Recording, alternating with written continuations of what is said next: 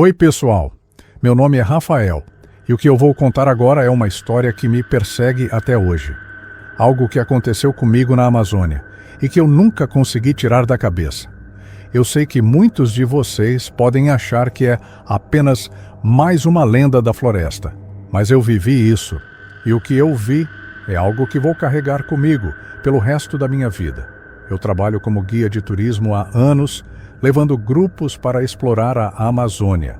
Já estive em muitos lugares da floresta. Vi muita coisa, conheci lendas e histórias que me faziam duvidar do sobrenatural. Mas no fundo, sempre tive aquela sensação de que a floresta esconde segredos que a gente não deveria tentar descobrir. E foi em uma dessas viagens, há cerca de 5 anos, que eu conheci a lenda da Mulher das Águas. Era uma expedição comum, um grupo pequeno de turistas, e a gente estava explorando uma área mais isolada, próxima a um dos rios que cortam o Amazonas. Eu conhecia bem aquele lugar, mas algo naquele dia parecia diferente. O ambiente estava mais pesado, o ar mais denso, e uma sensação estranha começou a crescer dentro de mim. O grupo estava animado, como sempre, tirando fotos, rindo, se impressionando com a grandiosidade da floresta. Mas eu, como guia, sabia que tinha que ficar atento. O que eu não esperava era o que estava prestes a acontecer. Naquele dia, seguimos até uma área ainda mais isolada, onde o rio se estreitava entre árvores gigantes. O sol começou a se pôr, tingindo o céu de laranja e roxo, mas a sensação de inquietude não passava. Quando anoiteceu, o som dos animais da floresta parecia mais baixo, como se algo os estivesse silenciando. Eu avistei Zé Ricardo pela primeira vez naquele momento, ajudando a montar o acampamento com um olhar preocupado. Naquela noite, montamos o acampamento em uma área remota. Era uma das ilhas que formam o arquipélago de Anavilhanas, um local muito bonito, mas também muito isolado. O rio estava calmo, a floresta ao redor parecia respirar junto com a gente. Até que perto da hora de dormir, eu comecei a ouvir um som. Não era nada muito claro, mas parecia um murmúrio distante. Eu tentei ignorar. A Amazônia é cheia de sons e, às vezes, nossa mente pode nos pregar peças. Mas, naquele momento, algo dentro de mim disse que era melhor ficar alerta. Quando olhei para o meu amigo Zé Ricardo, que estava comigo naquela expedição, vi que ele também estava inquieto. Ele me olhou sério e fez um gesto com a cabeça, como quem dizia para não contar nada para o grupo. Eu não insisti, mas a tensão estava no ar. Algo não estava certo. A sensação de que estávamos sendo observados era palpável. E o som foi ficando mais alto, mais presente. Quando a manhã chegou, os turistas estavam animados como sempre, mas eu e Zé Ricardo estávamos em silêncio, observando cada movimento ao nosso redor. Na segunda noite, as coisas pioraram. O som estava mais claro agora. Era um canto, uma melodia suave e triste, quase como se fosse uma canção de ninar. Mas não havia nenhuma explicação lógica para aquele som. E mais estranho ainda, ele estava ficando mais próximo, mais perto do nosso acampamento. Eu não sabia o que fazer, então acordei Zé Ricardo e ele me disse algo que até hoje me arrepia. Ele havia ouvido aquele canto antes, há anos, em uma outra expedição, e me disse para tomar cuidado. O som parecia vir de todos os lados, como se a floresta inteira estivesse cantando. Os turistas dormiam profundamente, sem perceber o que estava acontecendo. Eu sentia um frio na espinha, como se algo estivesse nos observando da escuridão. O canto parou por um momento, mas o silêncio era ainda mais assustador.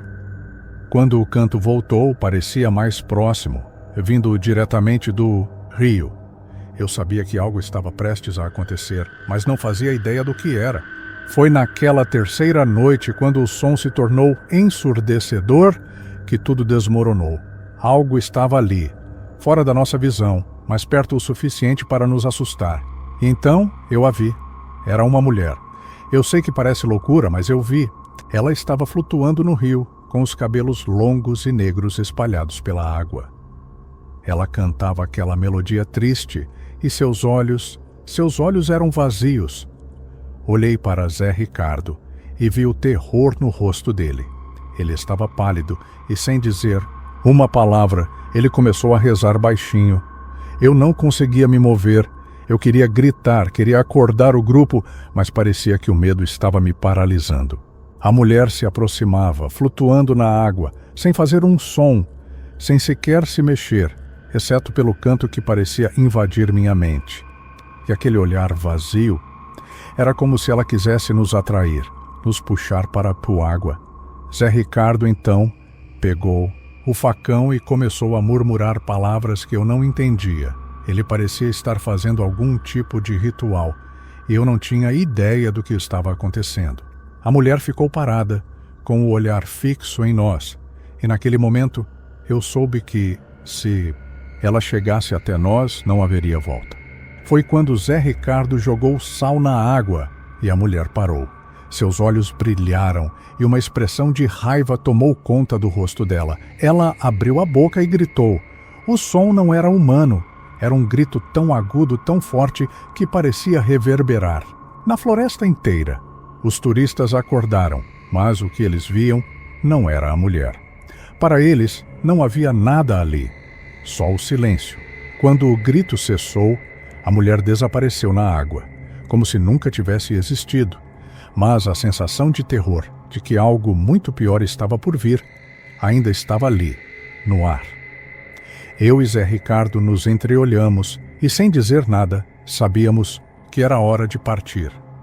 Em minutos, desmontamos o acampamento e fugimos dali. Voltamos para Novo Airão em silêncio. Ninguém falou sobre o que aconteceu. Eu, pessoalmente, tentei bloquear aquilo da minha mente. Mas, por semanas, não consegui dormir. Eu via os olhos dela, ouvia o canto, o grito.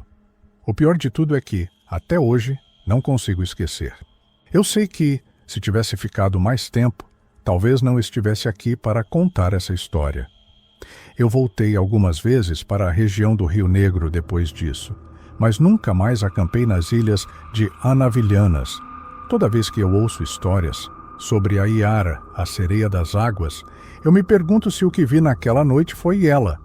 Eu sei que muitos vão achar que é só uma alucinação, uma história inventada. Eu mesmo tentei acreditar nisso por muito tempo. Mas o que aconteceu naquela noite foi real. Tão real quanto a floresta ao meu redor e o Rio Negro.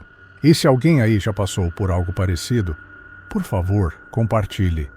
Não estou buscando respostas. Só quero saber que não sou o único a carregar esse medo. Essa foi a minha história. E se você está assistindo a esse vídeo, só me resta dar um conselho. Quando estiver na Amazônia, tenha muito cuidado com as águas escuras. Elas guardam mais do que você imagina.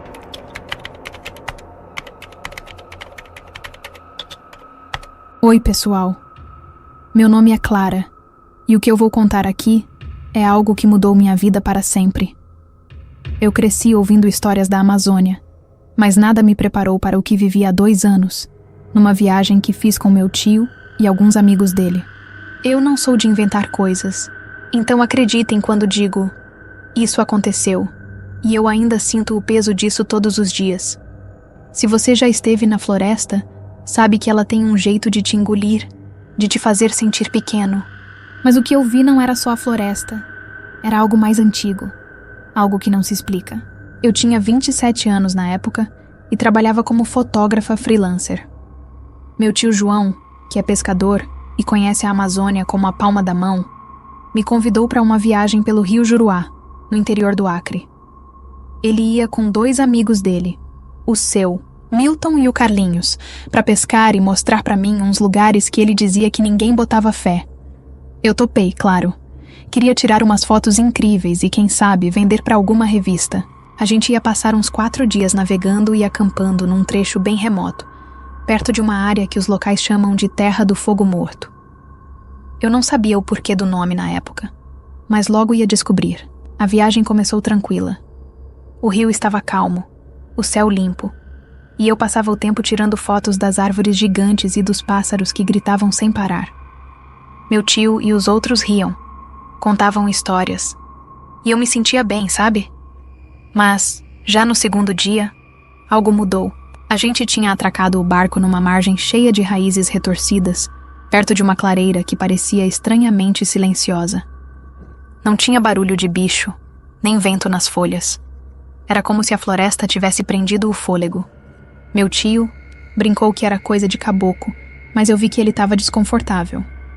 O seu Milton, que era o mais quieto do grupo, ficou olhando para o chão, como se procurasse algo. Naquela noite, montamos acampamento ali mesmo. Eu estava arrumando minha barraca quando ouvi um estalo, tipo um galho seco quebrando. Olhei para o meu tio e ele já estava de pé, com a lanterna na mão. "É só bicho", ele disse, mas a voz dele tremia, um pouco. O Carlinhos acendeu uma fogueira, e a gente ficou ali, tentando ignorar a sensação de que algo estava errado. Foi aí que eu percebi. O fogo da fogueira não estava crepitando direito. As chamas subiam, mas o som era abafado, quase morto. Eu comentei isso com o seu Milton, e ele me olhou de um jeito que me gelou a espinha. "É por isso que chamam de fogo morto", ele disse, e não falou mais nada. Eu não dormi direito aquela noite. O silêncio da clareira era sufocante, mas de vez em quando eu ouvia esses estalos, como passos leves na terra. Na manhã seguinte, decidi explorar um pouco com minha câmera. Meu tio não gostou da ideia, mas eu insisti. Fui andando pela margem do rio, tirando fotos, até que cheguei numa parte onde a terra parecia queimada, mas não tinha cheiro de cinza nem sinal de fogo recente. Era um círculo perfeito, com uns 10 metros de largura, e no meio tinha uma árvore, seca, toda retorcida, como se tivesse sido torcida por mãos gigantes. Eu tirei várias fotos, mas quando olhei pelo visor da câmera, vi algo que não estava ali antes. Uma sombra. Era alta, magra, e estava de pé bem atrás da árvore. Meu coração disparou, mas quando levantei os olhos não tinha nada lá. Voltei pro acampamento correndo, mas não contei nada pro grupo. Meu tio já estava bravo comigo por ter saído sozinha, e eu não queria parecer louca. Só que, naquela terceira noite, tudo desandou de vez. A gente estava sentado perto da fogueira e os estalos começaram de novo, mais altos, mais próximos. O Carlinhos levantou com o facão na mão, mas antes que ele pudesse dizer alguma coisa, a fogueira morreu. Não foi aos poucos, não. Foi como se alguém tivesse apagado ela com um sopro. A escuridão caiu em cima da gente, e aí eu ouvi um chiado baixo, como brasa se apagando, mas vinha de todos os lados. Meu tio pegou a lanterna e o facho de luz cortou a noite. Foi quando a gente viu. Não era uma pessoa, nem um bicho. Era uma coisa. Alta, magrela, com pernas compridas que pareciam feitas de galhos secos. A pele, se é que dá para chamar assim, era cinza, como cinza fria, e os olhos brilhavam num tom vermelho fraco, como brasas que não apagam. Ela estava parada, a uns 20 metros da gente, mas eu juro que senti o calor dela, um calor seco, que queimava sem chama. O seu Milton caiu de joelhos, murmurando alguma coisa que parecia uma reza, e o Carlinhos gritou pra gente correr pro barco. A gente correu, mas eu não conseguia tirar os olhos daquilo. A coisa não se mexeu, só ficou lá, olhando. Enquanto a gente subia no barco, os estalos voltaram, e eu vi outras sombras iguais saindo da mata, todas com aqueles olhos vermelhos. Meu tio ligou o motor e a gente saiu dali o mais rápido que pôde. Mas o chiado não parava. Era como se elas estivessem sussurrando alguma coisa, uma língua que eu não entendia, mas que parecia me chamar de volta. A gente navegou a noite toda até chegar numa comunidade ribeirinha. Lá, um velho canoeiro ouviu nossa história e disse que a terra do fogo morto era um lugar amaldiçoado. Segundo ele, aquelas coisas eram os guardas do fogo, espíritos de um incêndio tão antigo que ninguém lembra quando aconteceu. Eles não queimam mais, mas guardam a terra queimada, e quem entra lá vira parte do silêncio delas. Ele falou isso com uma calma que me deu mais medo ainda. Depois disso, eu nunca mais voltei pro Juruá. Joguei fora as fotos que tirei. Todas elas saíram borradas, com manchas vermelhas onde os olhos daquilo deveriam estar.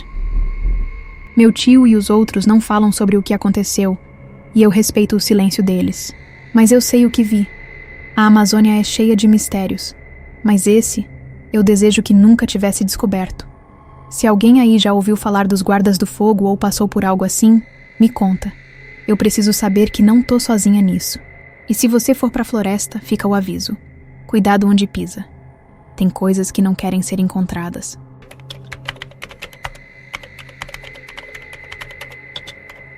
Oi, pessoal.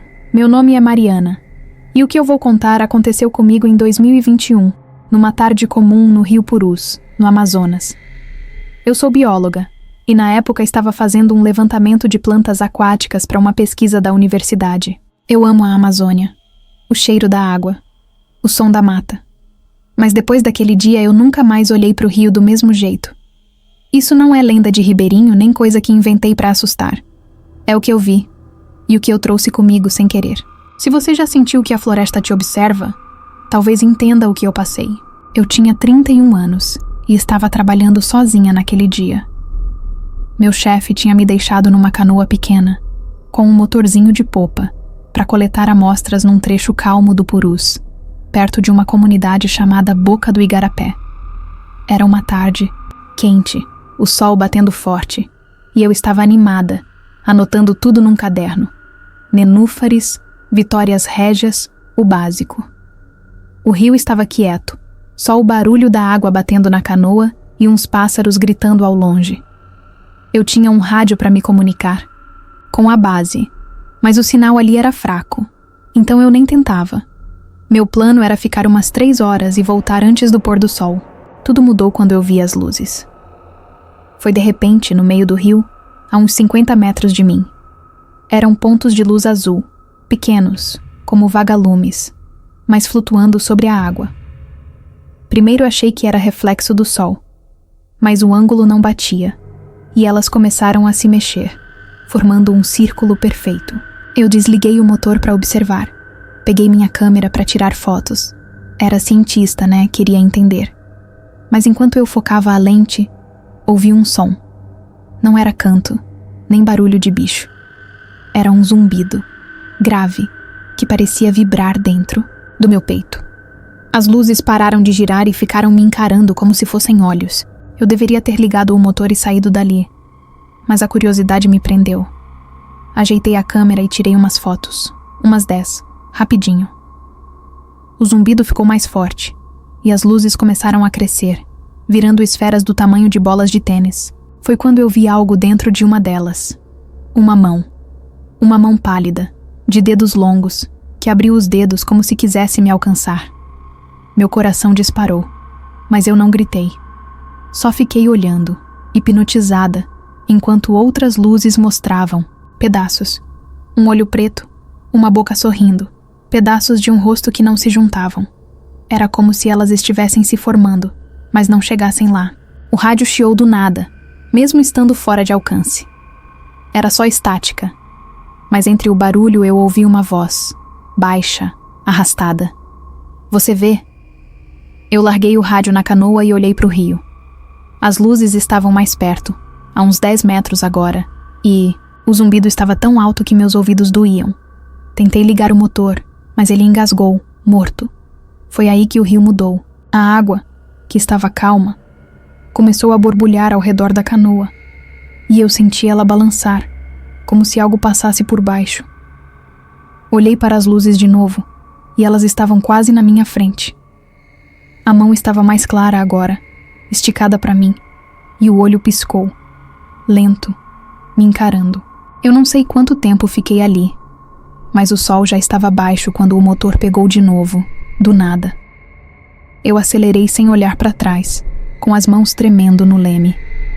As luzes não me seguiram, mas o zumbido ficou no ar até eu chegar na base, quase 1 hora depois. Meu chefe me encontrou pálida, suada, e perguntou o que tinha acontecido. Eu mostrei as fotos na câmera. mas elas estavam todas pretas, como se a lente tivesse sido tapada. Só uma saiu diferente. Um borrão azul com um contorno que parecia uma mulher, de pé na água, olhando para mim. Depois disso, conversei com um canoeiro da região. Ele disse que as luzes eram as quebradas, pedaços de gente que o rio levou, não espíritos inteiros, mas partes que sobraram, presas nas águas do Purus.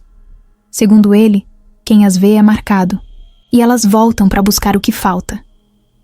Eu ri na hora, mas semanas depois, em Manaus, comecei a sonhar com mãos me puxando para a água e olhos me vigiando. Uma noite, acordei com o travesseiro molhado, cheirando a rio. No espelho do banheiro tinha uma marca azul no meu braço, fina, como um dedo que me tocou. Eu larguei a pesquisa e voltei para a cidade grande. Mas o zumbido ainda aparece, baixo, quando eu fico muito tempo em silêncio. E às vezes, olhando pela janela, vejo luzes azuis refletidas no vidro, mesmo estando tão longe do Purus. Eu não sei o que elas querem, mas sinto que estão esperando. Se você for pro rio, presta atenção. Nem toda luz é só luz. Se essas histórias te arrepiaram, deixa seu like, se inscreve no canal e ativa o sininho para não perder os próximos relatos. Conta aqui nos comentários. Você já viveu algo assim na Amazônia? Quero saber.